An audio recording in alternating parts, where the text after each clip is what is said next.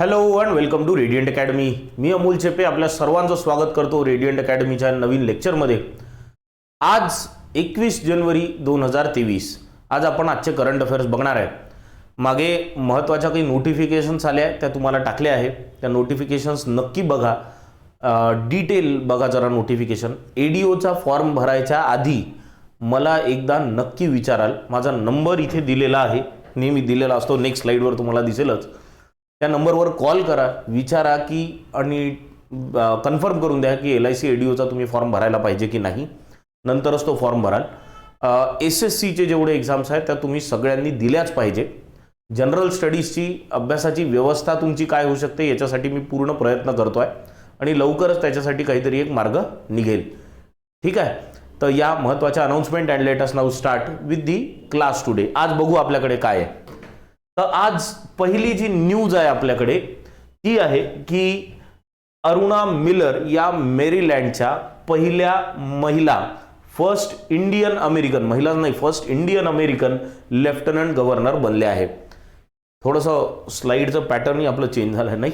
ठीक आहे, तर अरुणा मिलर या मॅरीलँडच्या पहिल्या इंडियन अमेरिकन लेफ्टनंट गव्हर्नर बनल्या आहेत. लेफ्टनंट गव्हर्नर म्हणजे काय, गव्हर्नर कोण असतं, या दोन्ही गोष्टींकडे आपण बघू आणि यांची अचीवमेंट इतकी महत्त्वाची काय आहे त्याच्यावर पण आपण चर्चा करू. तर अरुणा मिलर, तुम्हाला इथे फोटो दिसत असेल, या अरुणा मिलर आहे ना. यांच्या बाजूला जो इथे फोटो दिसतो आहे हे आहे वेस मूर आणि अरुणा मिलर. वेस मूर हे गव्हर्नर बनले आहे. ठीक आहे, तिथे इलेक्शन्स झाले मेरीलँडमध्ये आणि वेस मूर इलेक्शन जिंकले. डोनाल्ड ट्रम्पची जी पार्टी आहे त्या पार्टीकडनं हे दोघंही उभे होते. त्याच्यामुळे वेस मूर हे गव्हर्नर झाले आणि त्यांच्यानंतर येतं मग सेकंड पोस्ट जी असते ती असते लेफ्टनंट गव्हर्नरची. तर त्या पदावर अरुणा मिलर या इंडियन अमेरिकन लेडी आहे. हैदराबादमध्ये यांचा जन्म झाला होता. नंतर त्यांचे वडील तिथे US मध्ये जॉब करायला लागले, त्याच्यामुळे त्या मॅरीलँडमध्ये तिथे सेटल झाल्या आणि आता त्या मेरीलँडच्या लेफ्टनंट गव्हर्नर बनल्या आहे. काही दिवसांनी कदाचित गव्हर्नरच्या पदावर पण यांना आपल्याला बघायला मिळेलच. तर ही एक मोठी अचीवमेंट एक इंडियन अमेरिकन विमेन्सच्या हिशोबानी आहे ना. वेस मूरच्या हिशोबानी पण ही महत्त्वाची एक अचीवमेंट आहे, कारण हे पहिले ब्लॅक गव्हर्नर बनले आहेत तिथले मॅरीलँडचे. विषय मगापासून आपण मॅरीलँड हे करतो आहे काय. Maryland is a state in United States of America. कुठे आहे हा स्टेट, हा तुम्हाला इथे दिसेल ईस्टर्न कोस्टला. इथे तुम्हाला जो स्टेट दिसेल दिस इज मॅरीलँड. ठीक आहे, तर पहिल्यांदा असं झालं आहे की कुठला ब्लॅक व्यक्ती तिथला गव्हर्नर झाला आहे. पहिल्यांदाच असं झालं आहे की कोणी ब्लॅक व्यक्ती तिथे लेफ्टनंट गव्हर्नर झाला आहे आणि त्या झाल्या आहे अरुणा मिलर, इंडियन अमेरिकन ज्या झाल्या आहेत त्या. इतकंच नाही तर अटर्नी जनरल आणि कंट्रोलर या दोन्ही पदावर पुन्हा इथे कोणीतरी ब्लॅक व्यक्ती आलेला आहे. तर महत्त्वाचे जे 4 पदं आहे म्हणजे जसं गव्हर्नर, लेफ्टनंट गव्हर्नर, त्याच्यानंतर अटर्नी जनरल आणि नंतर कंट्रोलर, या 4ही पदांवर आता मॅरीलँडच्या या 4ही पदांवर ब्लॅक व्यक्ती असणार आहे. तर ही एक महत्त्वाची बातमी. प्रश्न असा येऊ शकतो की Aruna Miller Indian American women ज्या आहे, लेडी ज्या आहे, या कुठल्या स्टेटच्या लेफ्टनंट गव्हर्नर बनल्या. तर नाव लक्षात ठेवा, मॅरीलँडच्या या लेफ्टनंट गव्हर्नर बनल्या. ठीक आहे, मॅरीलँड हा ईस्टर्न कोस्टवर असलेला एक स्टेट आहे अमेरिकेचा. ठीक आहे, क्लिअर. चलायचं नेक्स्ट पॉईंटकडे जाऊ. नेक्स्ट मुद्दा काय आहे, नेक्स्ट मुद्दा आहे ब्रँड फायनान्सच्या रिपोर्टचा, जो आपण काल पण चर्चा केली होती. काल आपण एक लिस्ट बघितली होती सगळ्या कंपन्यांची की कुठल्या कंपनीची ब्रँड व्हॅल्यू सगळ्यात जास्त आहे. आपण बघितलं होतं ॲमेझॉनची ब्रँड व्हॅल्यू सगळ्यात जास्त आहे ना. त्याच्यानंतर मग ॲपल आहे वगैरे या कंपनीज होत्या. टेक कंपनीज, भारताच्या ज्या IT कंपनीज आहे यांची ब्रँड व्हॅल्यू पण आपण काल चर्चा केली होती आणि ॲक्सेंचर ही भारतात सगळ्यात जास्ती ब्रँड व्हॅल्यू असलेली IT कंपनी आली होती. आता हाच ब्रँड फायनान्स या कंपनीनी अजून एक रिपोर्ट पब्लिश केला आणि हा रिपोर्ट जो आहे तो आहे आता ब्रँड गार्डियनशिप इंडेक्स म्हटला गेला आहे यातला. Brand guardianship index. आता ब्रँड गार्डियनशिप इंडेक्स हा विषय काय आहे आणि याच्यात मुकेश अंबानीचा याच्यात काय रोल आहे किंवा कोणता रँक आला आहे त्याच्यावर चर्चा करू. बघा, ब्रँड गार्डियनशिप इंडेक्स म्हणजे काय असतो. एखाद्या व्यक्तीशी रिलेटेड तो ब्रँड किंवा एखाद्या व्यक्तीने त्या ब्रँड व्हॅल्यू म्हणून किती काम केलेलं आहे याचा हा इंडेक्स असतो. म्हणजे जसं त्या व्यक्तीला म्हटलं की तुम्ही व्यक्ती पाहूनच कंपनी ओळखू शकता आणि बरेचदा कंपनीमध्ये इन्व्हेस्टमेंट त्या व्यक्तीला पाहूनही केल्या जाते, अशा व्यक्तींना जास्त ब्रँड व्हॅल्यू असते, आपण असं म्हणू शकतो. बरेच असे लोक आहे या ब्रँड व्हॅल्यू इंडेक्समध्ये जे स्वतः कंपनीचे ओनर्स सुद्धा आहेत. बरेच असे व्यक्ती सुद्धा आहे की जे कंपनीचे ओनर नाही आहे, पण प्रमोशन होत होत एम्प्लॉई आहे, पण प्रमोशन होत होत आता मोठ्या पदावर पोहोचले आहे, पण त्यांच्या नावाने कंपनीला ओळखल्या जातं. असे पण काही लोक आहेत, जसे सत्या नाडेला आहे ना. आता सत्या नाडेलाचं स्वतःचं नाव इतकं आहे की त्याच्यामुळे त्यांची ऑर्गनायझेशनला ओळखल्या जातं. अर्थात ऑर्गनायझेशनचं नाव पहिलेच खूप मोठं आहे, तरी सत्या नाडेला शी त्या ब्रँड व्हॅल्यूला असोसिएट पण केल्या जातं. याला म्हणतात ब्रँड गार्डियनशिप इंडेक्स. तर अशी कुठले व्यक्ती आहे, आता ही व्यक्तींची लिस्ट झाली की असे कुठले व्यक्ती आहे की ज्यांच्या नावाने ब्रँडला ओळखल्या जातं, अशी लिस्ट पब्लिश झाली.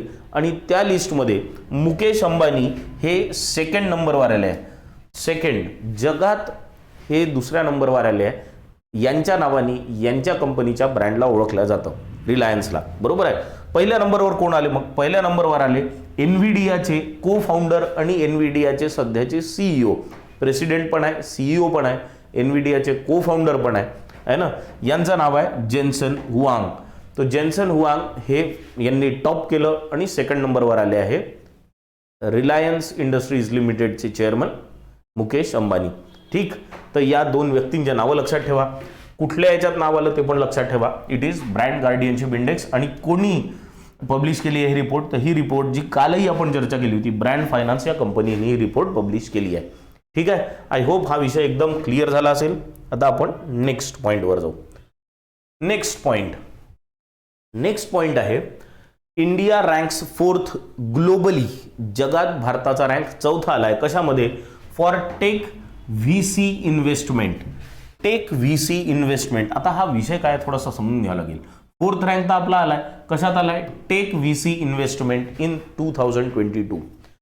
व्हीसी म्हणजे काय? व्हीसीचा अर्थ असतो व्हेंचर कॅपिटल. व्हेंचर कॅपिटल म्हणजे काय हे पण समजून घेऊ.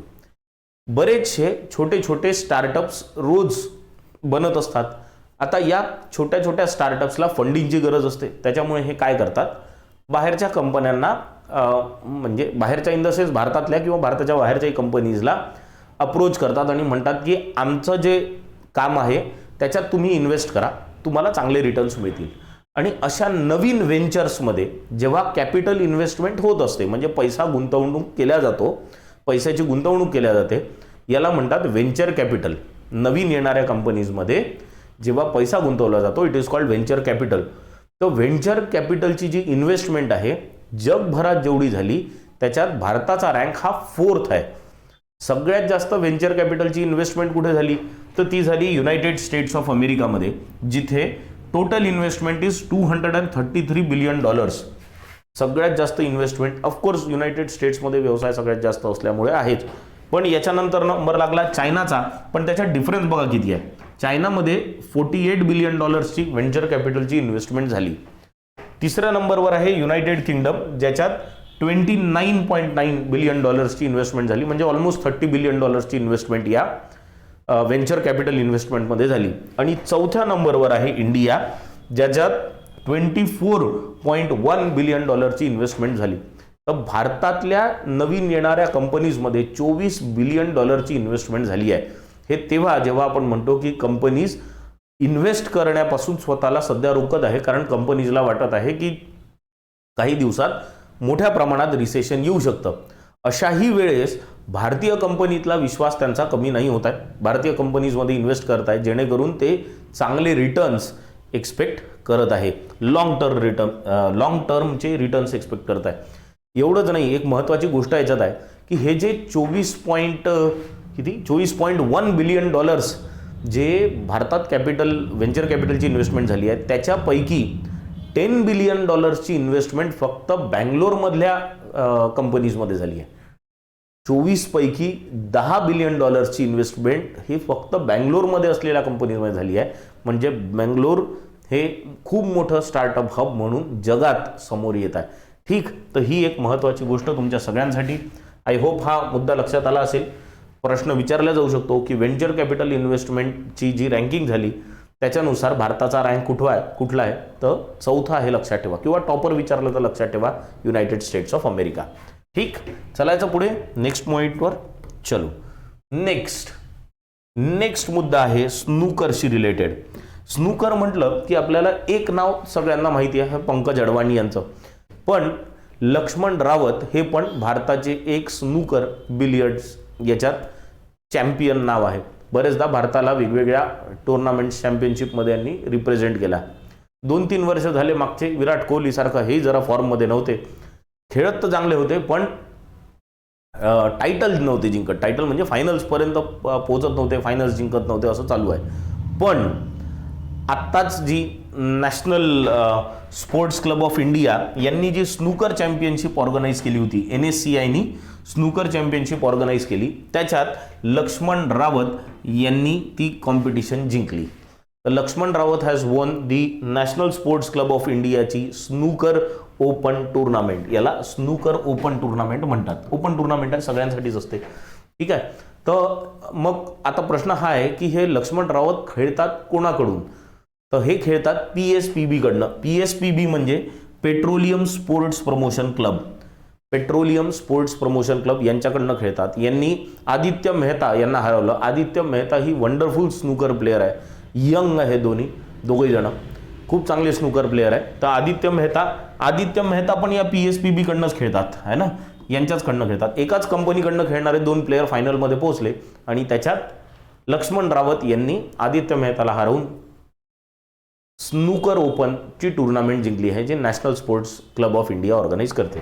ठीक आहे, लक्ष्मण रावत आता यांचं नाव लक्षात ठेवा, महत्त्वाचे प्लेअर आहे भारताचे.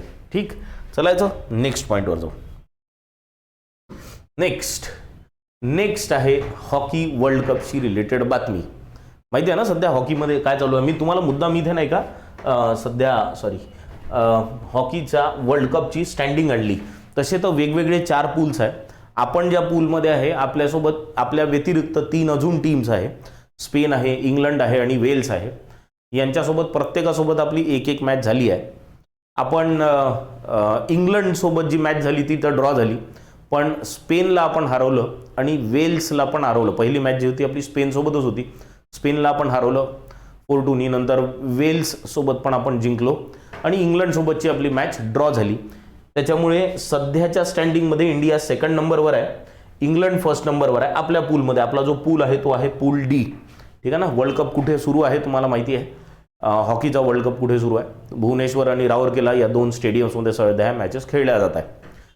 याच वर्ल्ड कपमध्ये एक वर्ल्ड रेकॉर्ड बनला. कुठला रेकॉर्ड बनला, वर्ल्ड कपमध्ये सगळ्यात जास्त मार्जिननी एका टीमनी दुसऱ्या टीमला हरवण्याचा जो रेकॉर्ड आहे तो नवीन बनला आहे. काय झालं, नेदरलँड्सनी यांची जी मॅच झाली त्याच्यात चिली या कंट्रीला, नेदरलँड्सनी चिलीला 14-0 हरवलं. 14-0, 14 गोल मारले नेदरलँड्सनी, चिली एकही गोल नाही मारू शकला. तसंही चिली खूप भयंकर खराब खेळत आहे. बऱ्याचशा टीम्सनी त्यांना असं 8-0 वगैरेनी हरवला. तर आता नेदरलँड्सनी तर 14-0 हरवून टाकलं एकदम.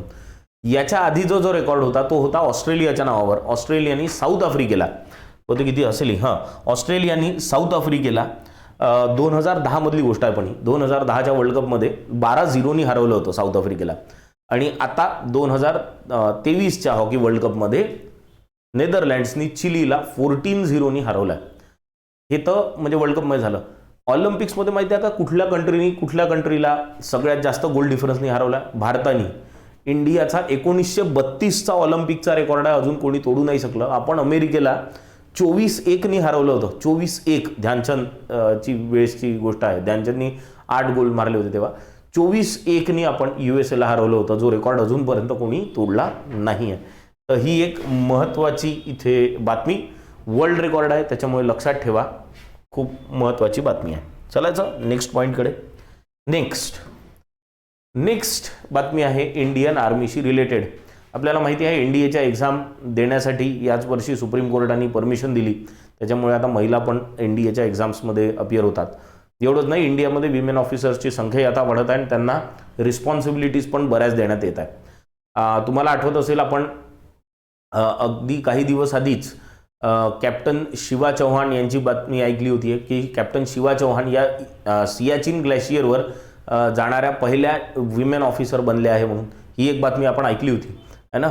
आता दुसरी जी बातमी आहे जी आज आपण बघणार आहे याच्यात काय झालं आहे की याच्यात इंडियन आर्मीच्या 108 विमेन ऑफिसर्सला 108 विमेन ऑफिसर्सला प्रमोशन मिळालं आहे. कुठल्या लेवलवर तर कर्नलच्या पदावर आहे ना.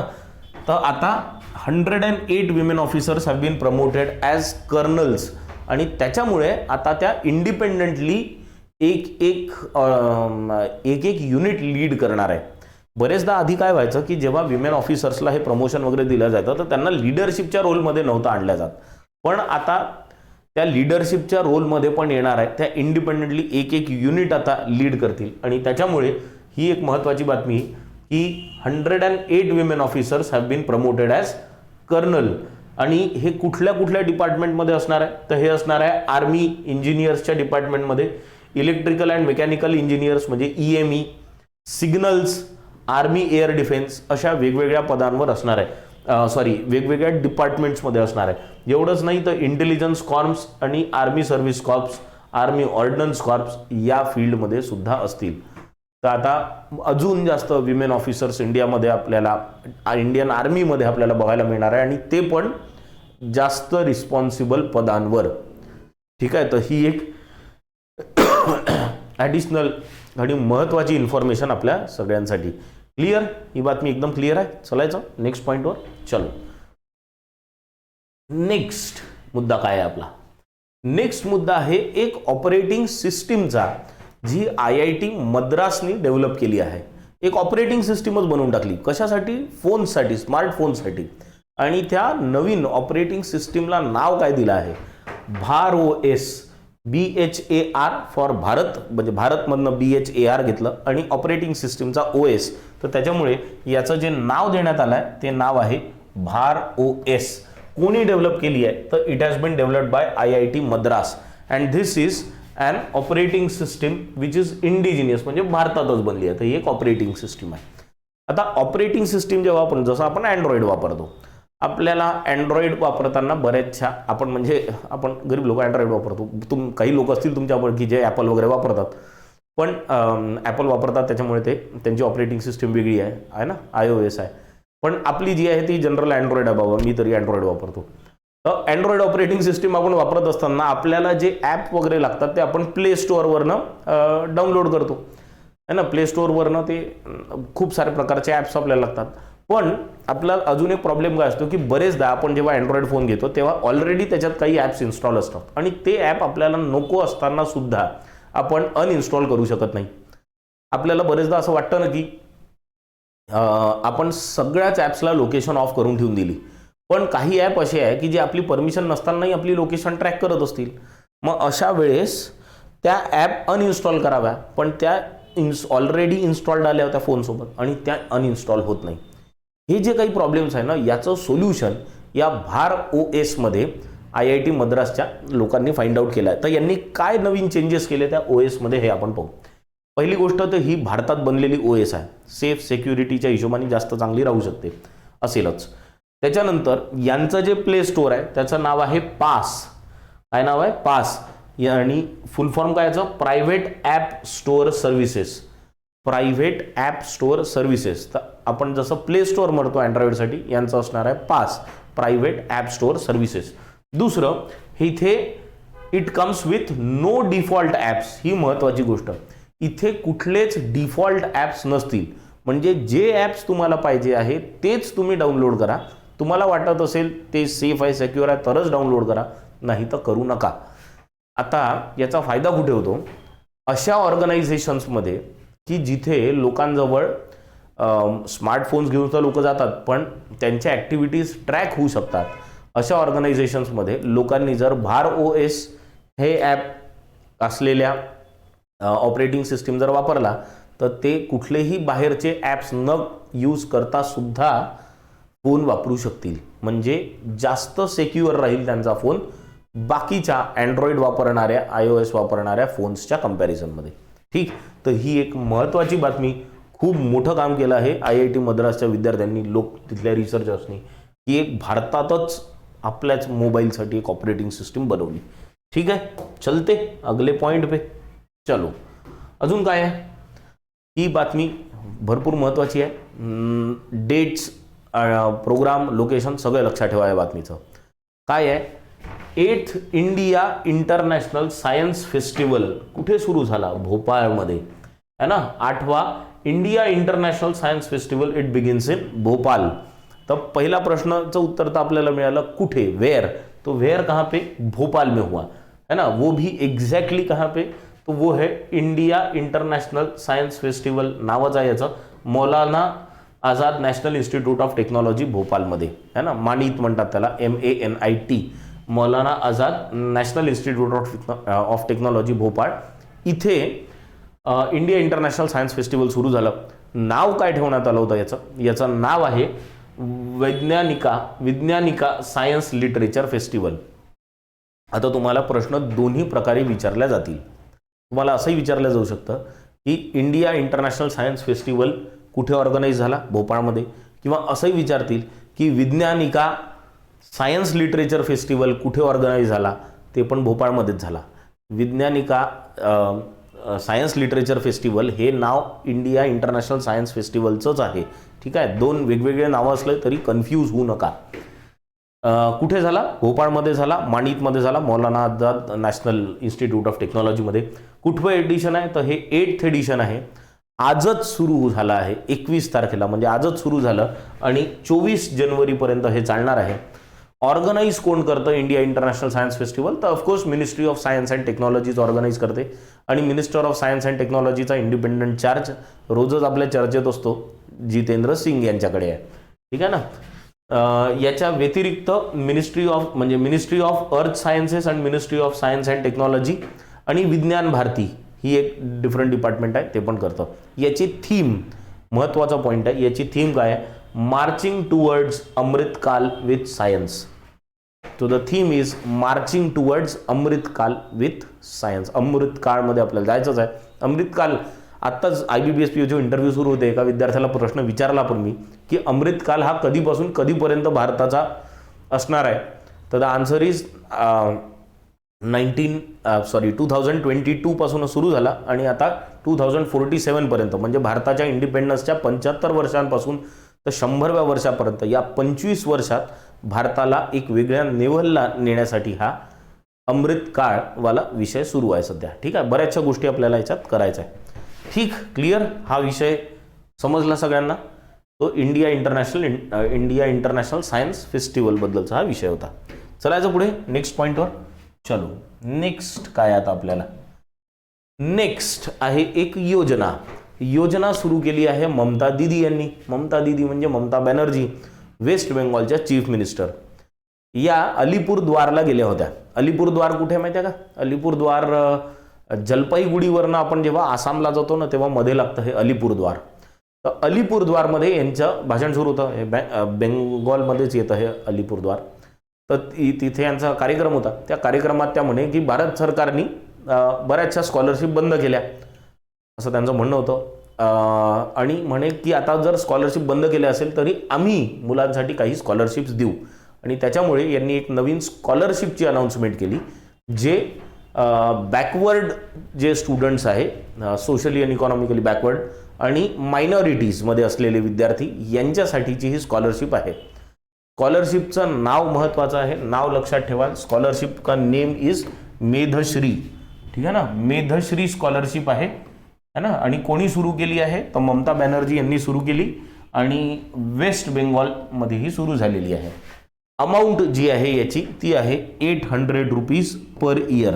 वर्षाला 800 रुपये त्या विद्यार्थ्याला मिळणार आहे. ठीक आहे, अमाऊंटवर नका जाऊ, त्याच्या मागचा भावना समजा. तर 800 rupees is the amount of scholarship that will be given under Medhashree scholarship which has been started by the West Bengal government. The chief minister of West Bengal is Mamata Banerjee. ठीक, चलते अगले पॉइंट पे. LICचा ADOची नोटिफिकेशन मी तुम्हाला कालच दिली. LIC EOची पण notification आली आहे. दोघांचे फॉर्म भरणं सुरू आहे आता. त्याच्यामुळे आता LIC रिलेटेड पॉईंट्सवर पण आपल्याला जास्त कॉन्सन्ट्रेट करायचं आहे. कारण जे लोक LIC AAO LIC ADO या एक्झाम्स देणार असतील त्यांना या सगळ्या गोष्टी माहितीच पाहिजे. ठीक आहे. तर LICनी काय केलं, नवीन प्लान लॉन्च केला आहे आणि याचं नाव आहे जीवन आझाद लिमिटेड प्लान. काय नाव आहे नवीन प्लानचं? Jeevan Azad limited premium payment plan. तर लिमिटेड टाईमसाठी इथे प्रीमियम पे करावं लागणार आहे. 90 डेजचा छोटंसं बाळ जरी असेल, म्हणजे 1.5 महिन्याचं बाळ, त्याच्या सुद्धा पॉलिसी काढता येते ही. आणि 50 वर्षाच्या व्यक्तीपर्यंत पॉलिसी काढता येते. त्याच्या 51व्या वर्षीचा व्यक्ती पॉलिसी ही नाही काढू शकत है ना. आणि काय असणार आहे की लिमिटेड वेळेपर्यंत तुम्हाला पेमेंट करायचं आहे या प्लॅनमध्ये. इन केस जर तो व्यक्ती नाही राहिला, म्हणजे पॉलिसीची टर्म सुरू असताना 10 ते 15 वर्षापर्यंत ही पॉलिसी काढता येते. जर त्या पॉलिसीच्या पिरियडमध्ये जर त्या व्यक्तीची डेथ झाली तर मग त्याच्या नॉमिनीला, म्हणजे जो व्यक्ती त्याचा डिपेंडंट होता त्या व्यक्तीला ती अमाऊंट पॉलिसीची सम अश्युअर्ड मिळते. सम अश्युअर्ड 3 लाखापर्यंत जर असेल तर कुठलीच मेडिकल एक्झामिनेशन नाही आहे. 3 लाखाच्या वर जर सम अश्युअर्ड असेल तर तुम्हाला त्याच्यावर जास्त मेडिकल एक्झामिनेशन तुम्हाला द्यावं लागतील. आता विषय असा आहे की माझ्यापेक्षा एखादा LICचा एजंट जो व्यक्ती आहे तो ही पॉलिसी जास्त चांगल्या प्रकारे समजवू शकेल. तर तुम्ही पॉलिसी समजायची असेल तर LICच्या एजंटकडनं समजून घ्या. करंट अफेअर्सचा मुद्दा म्हणून मी तुम्हाला एवढी माहिती दिली जी आय थिंक सफिशियंट आहे. LICचा नवीन प्लान आहे, त्याचं नाव आहे LIC Azad limited premium payment plan. ठीक, क्लिअर. चलायचं पुढे. चलो नेक्स्ट पॉईंटवर जाऊ. नेक्स्ट इथे जरा आपल्याला थोडंसं बँकिंग समजून घ्यावं लागेल. पंजाब नॅशनल बँक यांनी credit card against fixed deposit म्हणजे ऑनलाईन सुविधा ही आणली आहे आणि तुमच्या फिक्स्ड डिपॉझिटच्या अगेन्स्ट तुम्हाला क्रेडिट कार्ड देणार आहे. आता क्रेडिट कार्ड जो आपल्याला मिळतो ना, जनरली ते आपल्या क्रेडिटनुसार मिळतं की आपलं बँकेला जे पण आपण बँकेकडनं लोन घेतो ते आपण कसं रिपे केलेलं आहे, आपल्या अकाउंटमध्ये पैसे किती आहे, आपली फायनान्शियल स्टँडिंग किती आहे, आपलं क्रेडिट किती आहे, याच्यावरनं आपल्याला क्रेडिट कार्ड्स मिळतात. पण बरेच लोक असे असतात की जे क्रेडिट कार्डच्या या फॅसिलिटीसाठी एलिजिबल नसतात. पण त्यांना जर सुद्धा क्रेडिट कार्ड घ्यायचं असेल तर मग काय करायचं, तर त्यांच्यासाठी एक ऑप्शन आता पंजाब नॅशनल बँकेने आणला. ही बहुतेक बँका देतेच, पण यांनी डिजिटल फॉर्ममध्ये आणलं आहे है ना.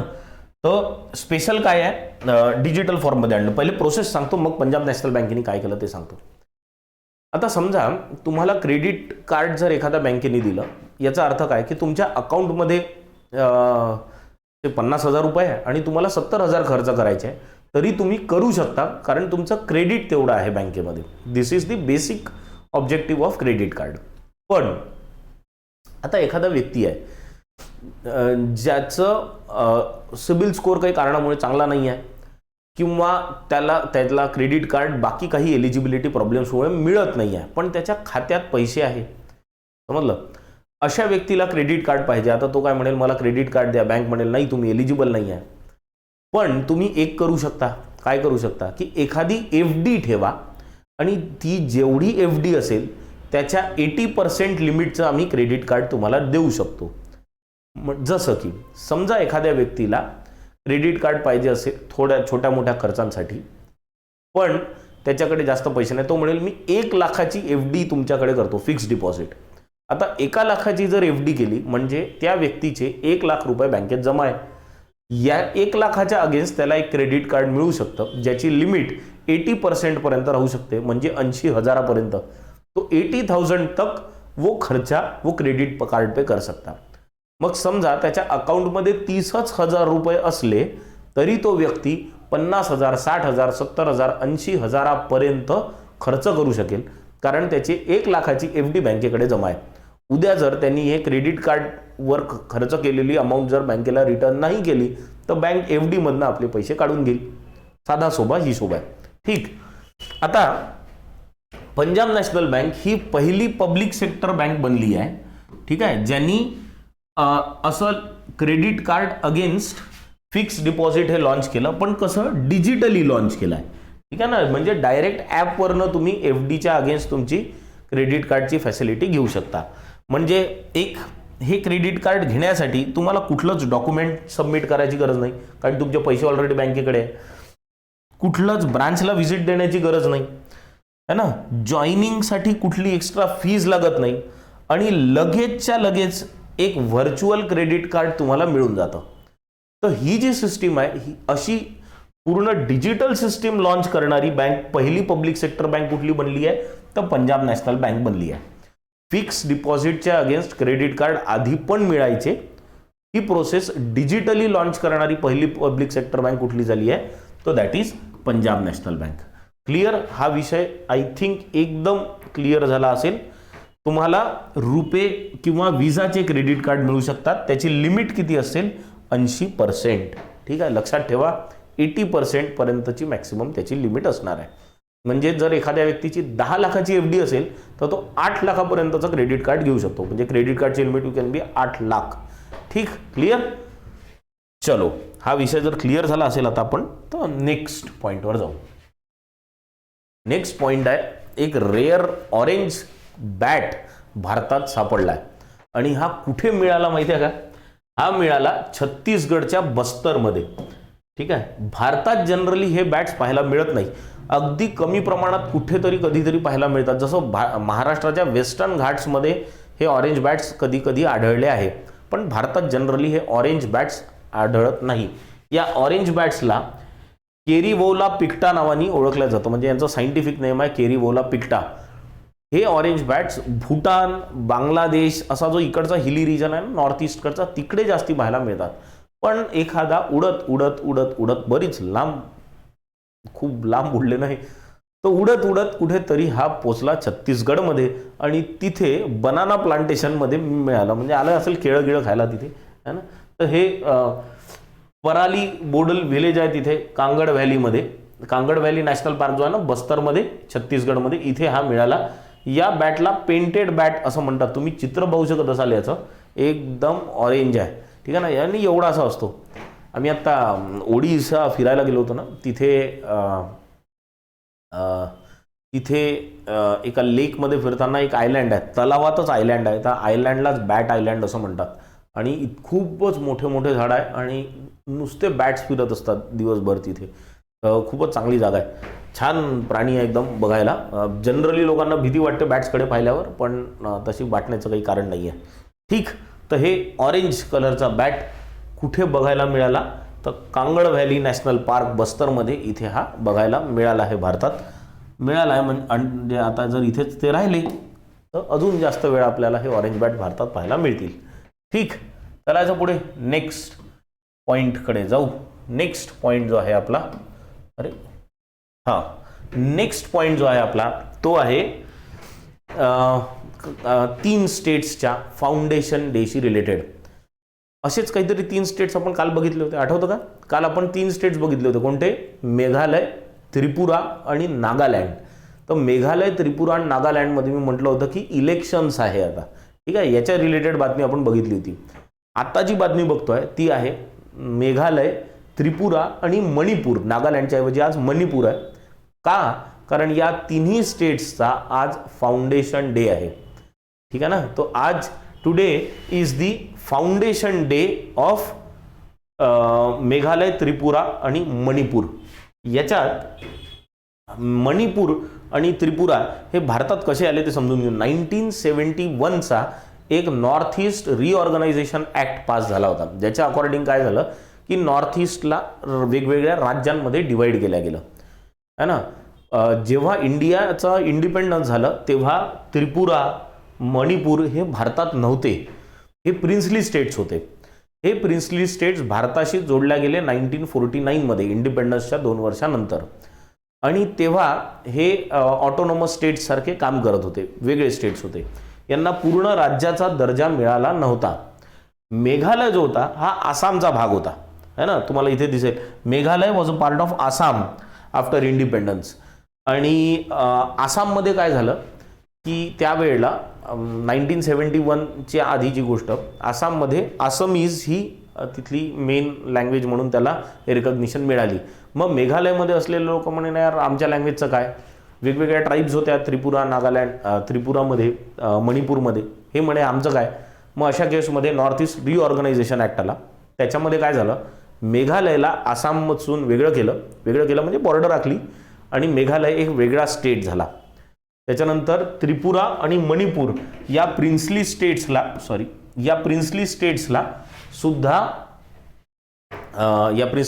सुद्धा स्टेट्सचं त्यांना एक वेगळं राज्य म्हणून रेकग्निशन मिळालं.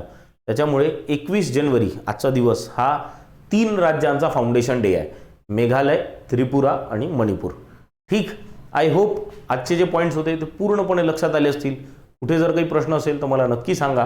We will have a discussion over it. Thank you for listening. Thank you very much.